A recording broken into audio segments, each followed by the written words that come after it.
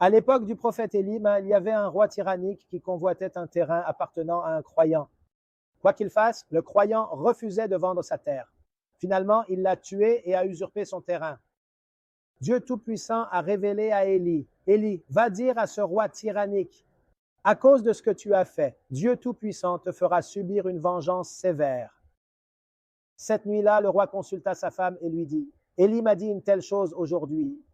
Que dois-je faire? Elle répondit, ce n'est pas compliqué, tue aussi Élie.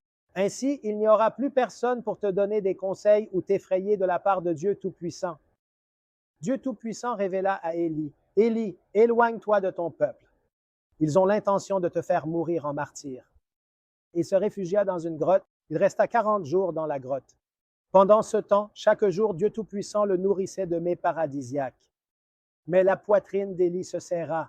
Il ne put plus supporter cela. Il maudit son propre peuple.